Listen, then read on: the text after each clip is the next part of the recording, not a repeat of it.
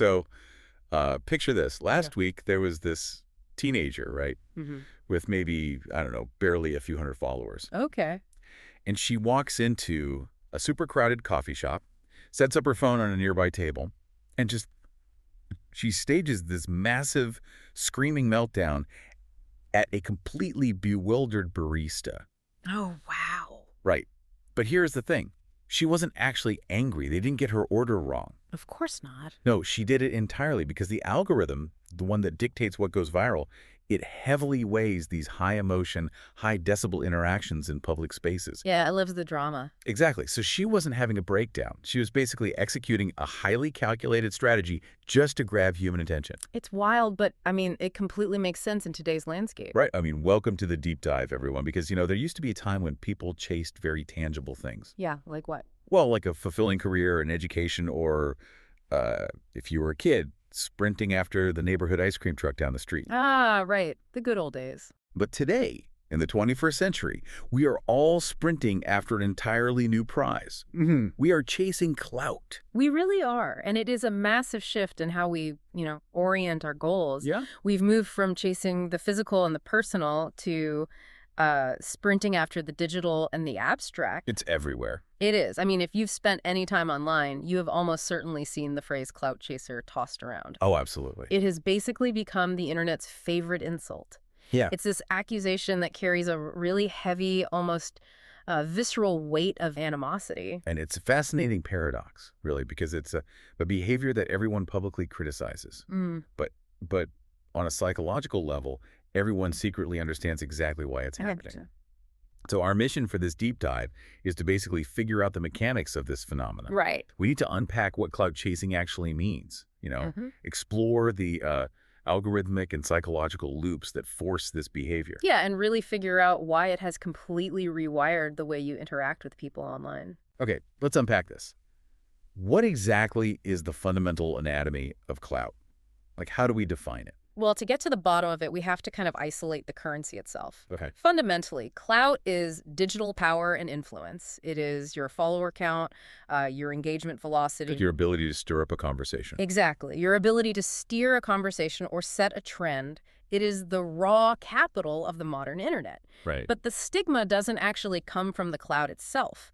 The stigma enters the picture when we append the word chasing. Right. The chasing part is where it gets messy. Exactly. When you are clout chasing, you are executing actions primarily to siphon that attention. Meaning it is not a byproduct of your art or your work or, your perspective.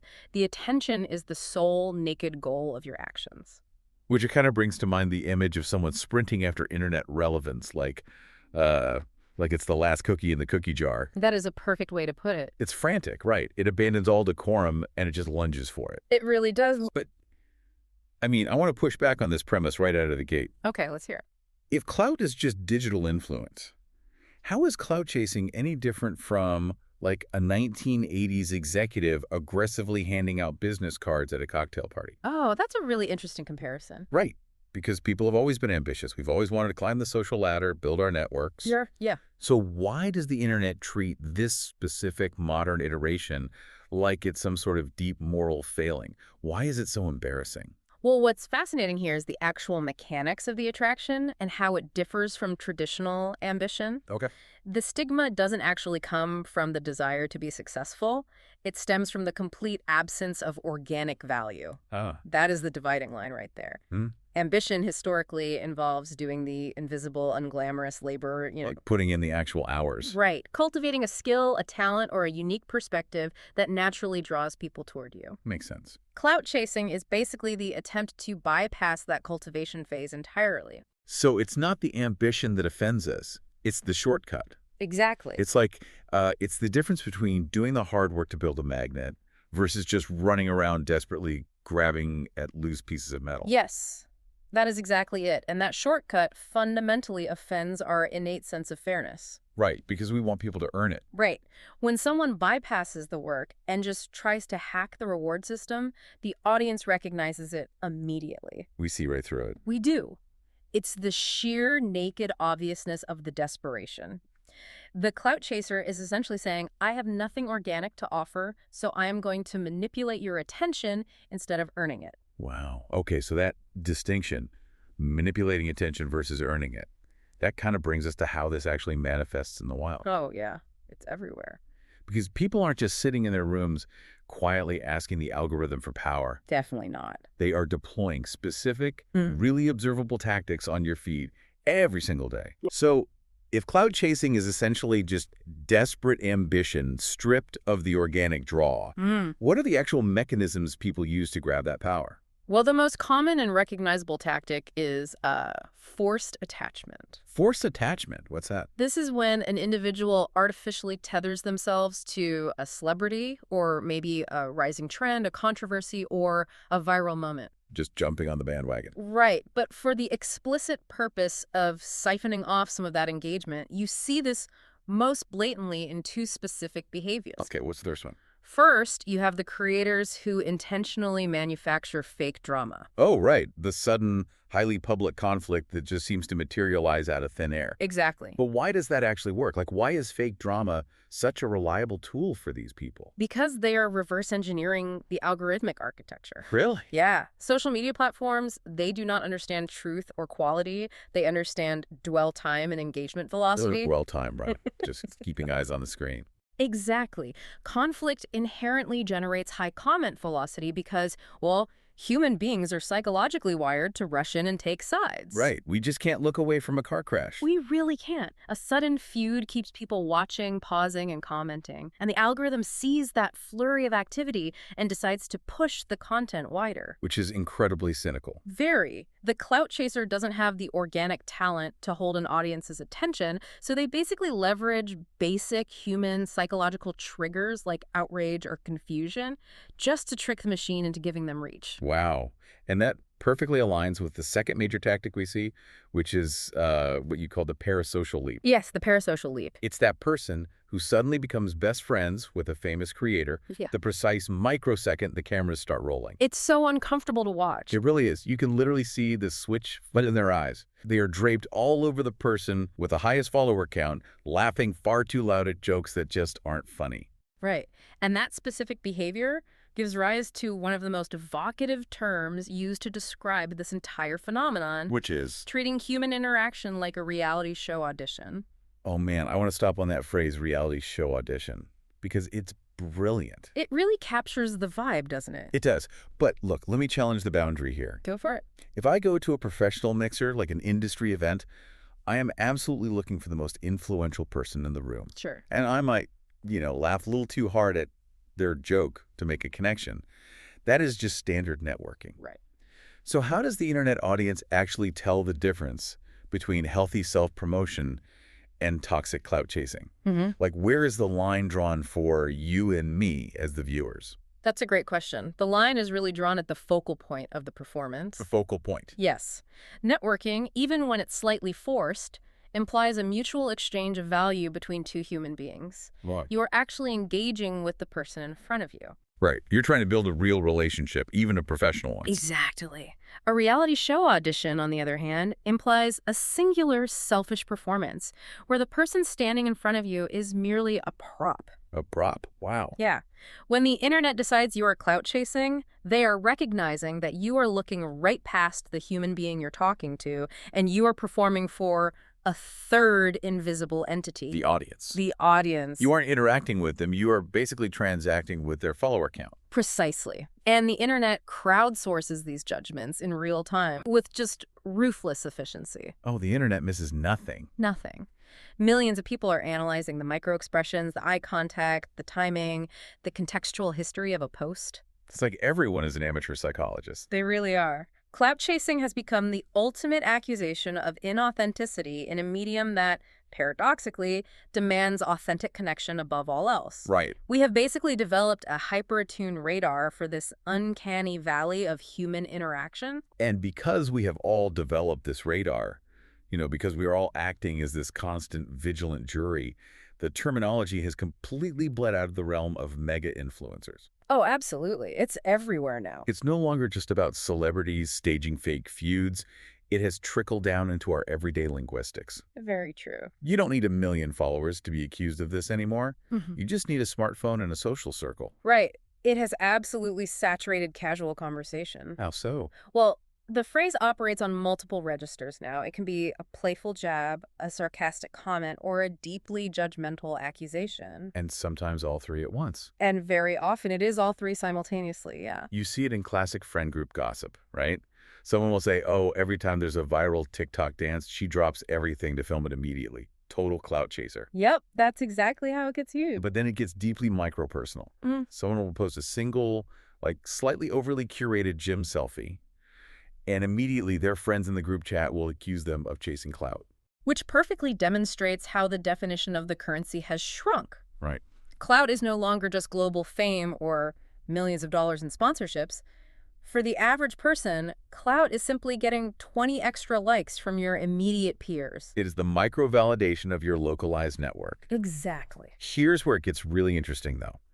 Because the term has become so ubiquitous, and because the accusation of being desperate for those 20 likes is so humiliating, right, people have started using the phrase preemptively. They literally use it as a psychological shield. Oh, I've seen this. Yeah. Someone will post a carefully staged, aesthetically perfect photo of their morning latte, and they will caption it just a little clout chasing before noon. That is just a masterclass in ironic detachment. Exactly. It's an ego defense mechanism. Yes. By captioning your own photo with the accusation, you're essentially beating your critics to the punch. You really are. You're saying, I know this is a desperate cry for attention, and you know it is, so let's just wrap it in a layer of irony so nobody can accuse me of trying too hard. It is a fascinating evolution of digital survival, honestly. But survival. I like that. Well, think about it. When you exist in a digital panopticon where every single action you take is publicly measured in likes, views, and comments, trying earnestly and failing is the ultimate humiliation. Oh, it's brutal. Earnestness is a massive liability online. Right. Caring too much is uncool. Exactly. So you employ ironic detachment. You mock yourself first. If you label your own behavior as clout chasing, you secure plausible deniability. Right, like, oh, I wasn't actually trying to be popular, I was just doing a bit. Exactly. Self-awareness suddenly becomes a currency of its own. It's like you earn social points back just for admitting that you're playing the game. Yeah. But underneath all that armor, underneath the sarcasm and the self-deprecation, the core truth remains exposed. It does. The underlying desire doesn't change. Yeah. You still want the attention. You still posted the photo. And everyone notices. The irony doesn't actually hide the desire. It just makes it socially acceptable to consume. Which is wild. It really speaks volumes about the psychological environment we are navigating right now. I mean, we are so starved for validation, yet so utterly terrified of being seen wanting it, that we have to ironically mock ourselves while we beg for it. Yeah. Which is frankly exhausting. It's completely exhausting. And that realization that everyday users are meticulously staging their coffee cups and carefully managing their ironic captions just to safely engage with their friends. Yeah. It leads us to the most confounding reality of this entire phenomenon. Which is? We use the term clout chaser as a weapon. We roll our eyes at the desperation. Yeah. We mock the inauthenticity. But the system itself, the platforms we voluntarily open 50 times a day, actively creates, mandates, and rewards this exact behavior. 100%. The platforms do not merely host this behavior, they engineer it. Right. We blame the rat for running the maze, but the maze was designed by thousands of data scientists to ensure the rat never stops running. That's a great analogy. The architecture of these apps relies on variable reward schedules. It's the exact same psychological mechanism used in slot machines. Wow. So you're just constantly pulling the lever. Exactly. You pull the lever, you post the selfie, and you don't know if you're going to get 0 likes or 100 likes. That unpredictability creates a massive dopamine loop. So the platforms reward attention. Yes. Attention triggers the algorithm to push your content to more people.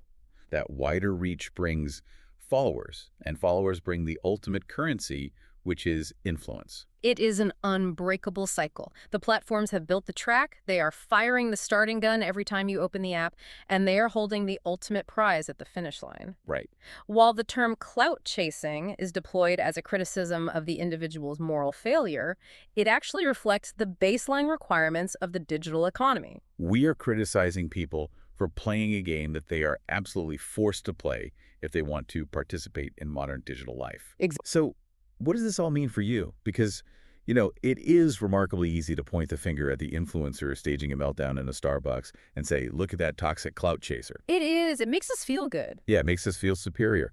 But when you strip away the extreme examples, when you look past the fake drama and the reality show auditions, you realize that most people aren't trying to build a global media empire. Definitely not. You probably aren't trying to become a millionaire influencer. Most people just want to be seen. And that is the most fundamentally human desire there is. Exactly. We are social creatures. We require community reflection to just understand our own value. Right. You just want to be heard, you want to be liked, or maybe you just want your perspective validated by someone with a blue check mark. Yep. And in pursuit of that basic human need, we're all, to varying degrees, participating in this hyper-gamified system. We really are. We're all editing the photo a little bit longer. We're all agonizing over the caption to make sure it has just the right amount of ironic detachment. We're all tracking our own metrics. If we connect this to the bigger picture, social media has taken the innate, beautiful human desire for community connection and turned it into a measurable competitive performance. A measurable performance. Yeah. We are no longer simply interacting with our peers. We are transacting in the currency of attention. Every single post is a subtle bid for influence. Every comment is a micro-audition. Wow. We've transitioned from chasing the ice cream truck, which, you know, at least gave us something tangible, sweet, and satisfying at the end of the sprint, to this never-ending algorithmic treadmill. It's wild to think about. We've spent this deep dive unpacking a phrase that started as a niche internet insult for the most desperate actors, only to realize that it is basically simply the water we are all swimming in. Right. Clout chasing isn't an anomaly of the internet. It is the internet's default state. And acknowledging that reality basically forces us to look in the mirror. Yeah, it really does. This raises an important question about the sustainability of our digital identities. What's that? If we are all running this exhausting digital race, you know, if we're all carefully curating our irony and performing in our own subtle or not so subtle ways just to be seen and validated by a glowing screen, what happens to our sense of self when we finally log off and the race pauses? Who are we when there is absolutely no clout left to chase? That is definitely something to think about. Thank you so much for joining us on this deep dive. Keep questioning the digital environment around you. Look closely at the invisible mechanics of the games you're asked to play, and we'll be right here waiting to unpack the next one with you.